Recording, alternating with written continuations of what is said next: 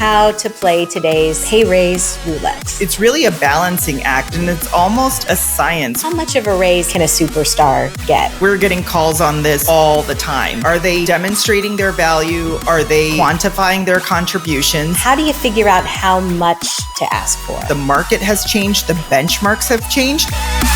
There's so many people in my inbox. Help me get a raise. Help me get a raise.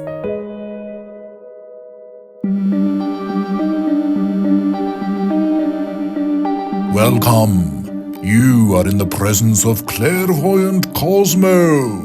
My vision extends through time and space and beyond. What do you wish to know? Well, gosh, this inflation is killing me.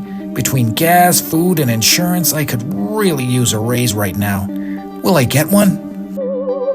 Unfortunately for you, the average salary increase is expected to drop down to 4% this year. Oh man, can you really see all that? No, I actually read that on Korn Ferry Insights. You know, as a businessman, you really ought to be up on it. Oh, right. Oh, but I see that there is a way to get more than 4%. Experts say... What do experts say? Hello? Hello? Clairvoyant one? Please tell me. Oh, darn. We're out of time. It'll be $100 to keep going. $100? Inflation, inflation, remember?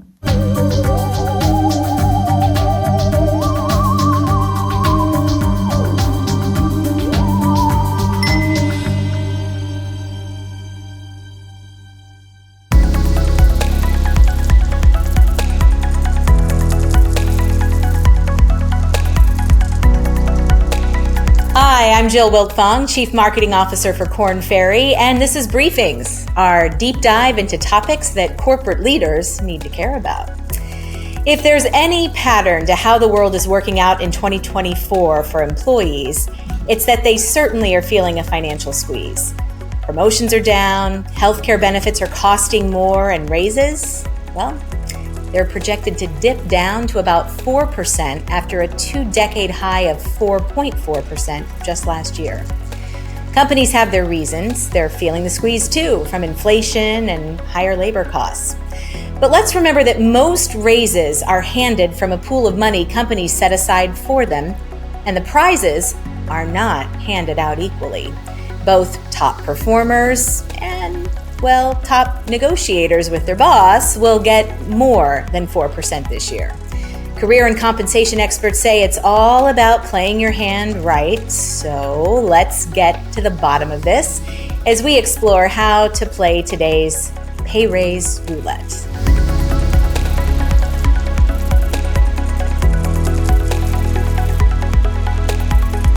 We're joined today by Dipali Vyas, a Korn Ferry Senior Client Partner and Global Head of the FinTech, Payments, and Crypto Practice. She has a wealth of knowledge and experience on this topic, so I'm really excited to get her thoughts. Dipali, as always, thanks for joining me. Thank you, Jill. Excited to be here. So, Dipali, before we unpack getting a raise in today's market, let's take a step back to understand the larger ecosystem. This past December in the U.S., wages and salaries accounted for about 70% of employer compensation costs, while benefit costs accounted for the remaining 30%. How do companies arrive at that kind of 70-30 ratio? First of all, there's a lot of regulatory requirements. Mandated benefits like Social Security, workers' compensation contribute to that 30% benefits portion. But that 70-30 ratio is a guideline, and it varies based on industry, size, location. So it's really a balancing act, and it's almost a science when it comes down to it. And our very own, comp and rewards practice does this on a daily basis for organizations. As I said before, the average raise may be about 4%, but we do know there's leeway. And we're going to talk a little bit about how to get a raise in a little bit. But first, how much of a raise? If 4% is the average, how much of a raise can a superstar get? This is really interesting because we're getting calls on this all the time.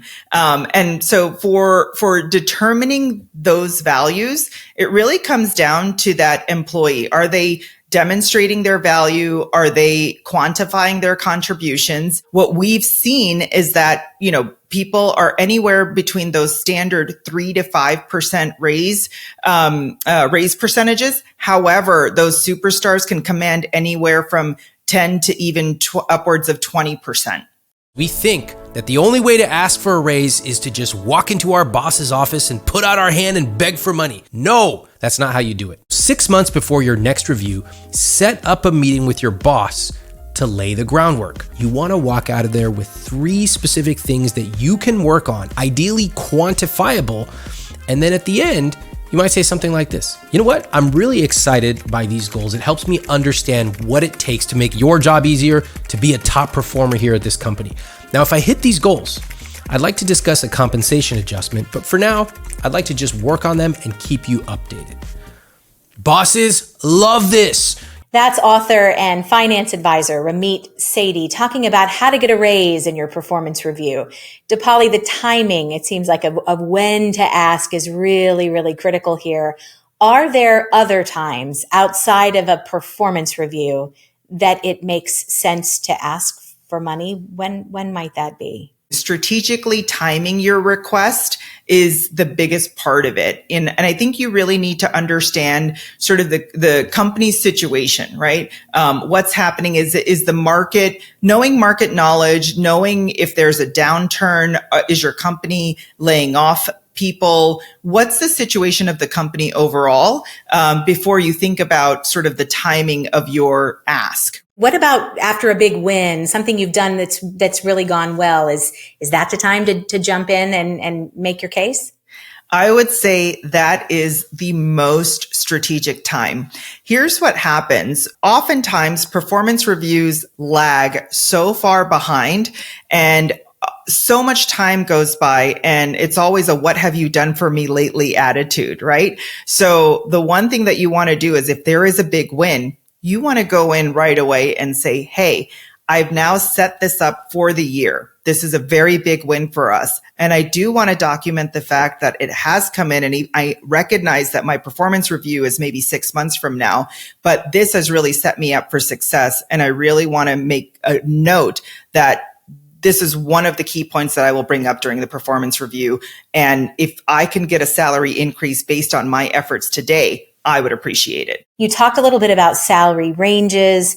How do you figure out how much to ask for? What's the right number or percentage, or how do you sort that out? If you're going for that standard, 3 to 5%, if that's what your company has given to you previous years, but you've now exceeded expectations, the market has changed, the benchmarks have changed, you might want to go in and say, "You know what? I think I deserve a 5 to 7% raise." And I would say that between the data that we've been seeing, on average, the higher performers are about 8.9% salary increases. What about inspiring stories of people that you know that did get a nice pay increase? Are there a couple that you can share that maybe we can learn from? I had been advising this person for a number of years. So they've been with their company since college, and they were steadily rising in the ranks, handling global responsibilities, large teams, and they have been aiming for the VP title, which is a really big deal at their company where these titles are rare. They've consistently pushed for it over the last 3 years, but they never benchmarked their value until they got an offer from a competitor. And so that competitor offered them 35% more pay and a VP title. And I said, "Look, you need to go and use that and negotiate with your current employer." He got a call from the CEO last night and said that they were coming in within $20,000 of his request and the VP title. I want you to know something, Ed. It is not about the number. It is about the way my work is valued in this firm. It's about how no matter what I do, you're not...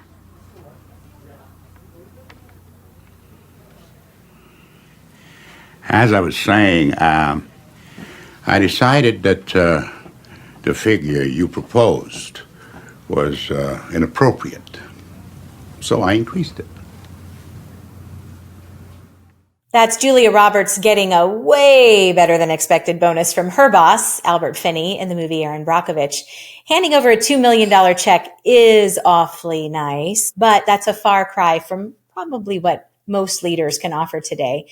So, Polly, if a salary increase isn't an option right now, what can firms offer to keep their top performers motivated? Specifically in this market, I think firms can employ non-monetary incentives to motivate top performers. So are they offering growth opportunities, flexible work arrangements, things for recognizing the employee amongst the organization? Are there team building activities, non-monetary rewards like extra time off or professional development funds, advancement, clarity? If there's no transparency in that or clarity around advancement, the organizations will fall short in retaining those top performers. Let's not forget about the bosses, because they sometimes want raises too. How would a senior leader approach this issue? Is it different for them? Does the compensation chess game change as you advance up the ladder or not? What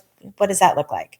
The higher you go, the more embedded you are in the organization. And the last thing that organization wants is your institutional knowledge walking out the door. When you get up to that, leadership ranks that matter, you are going to have a collaborative approach on how you are going to basically think about everyone in the pool, not just you, right? So when you have that mindset, the organization knows that this person is not just looking out for themselves, but they're looking out for the company. And once you are in this collaborative mode, it just becomes a lot easier to get what you want from a leverage perspective. I like it. It's kind of the we first, right? Yes. It's about that. That's really good. Thank you. We know a lot of managers do wish that they had better news, I am sure, right now, but let's certainly hope some of this inside knowledge helps people come payday. I know there are a lot of people with their eye on this ball for sure.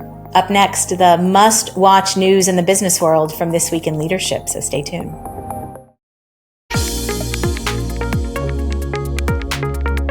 Hi, and welcome to The Break. I'm Rupak Bhattacharya, and here's a quick look at what else is happening in business from Korn Ferry's This Week in Leadership. The so-called sick note culture of Britain. Sickness has caused a record 2.8 million British people aged 16 to 64 to drop out of the UK workforce.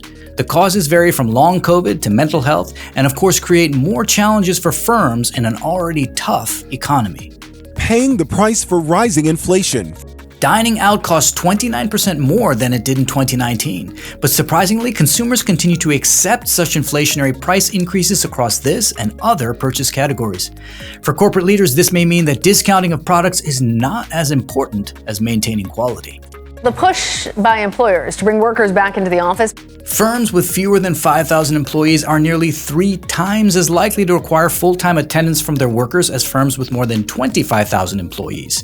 The figures suggest smaller firms can create such requirements because their return to office efforts appear to be succeeding better than larger firms. For more insights on business and leadership, head to kornferry.com/insights. Thanks for watching. The executive producer of Briefings is Jonathan Dahl. Today's episode was produced by Rupak Bhattacharya, Nadira Putri, and Teresa Allen, and it was edited by Jaron Henry McRae. It contains reporting by Russell Perlman, Ariane Cohen, and Peter Loria. Our video segment contains original artwork by Fraser Milton, Haley Kennel, Jonathan Pink, and Sasha Kotschik. Don't forget to read our magazine, available at newsstands and at kornferry.com/briefings. That's it for Korn Ferry Briefings. I'm Jill Wiltfong. See you next time. So let me ask you a question about that one. Once my daughter walks across the floor, because I can hear like the whole house shaking.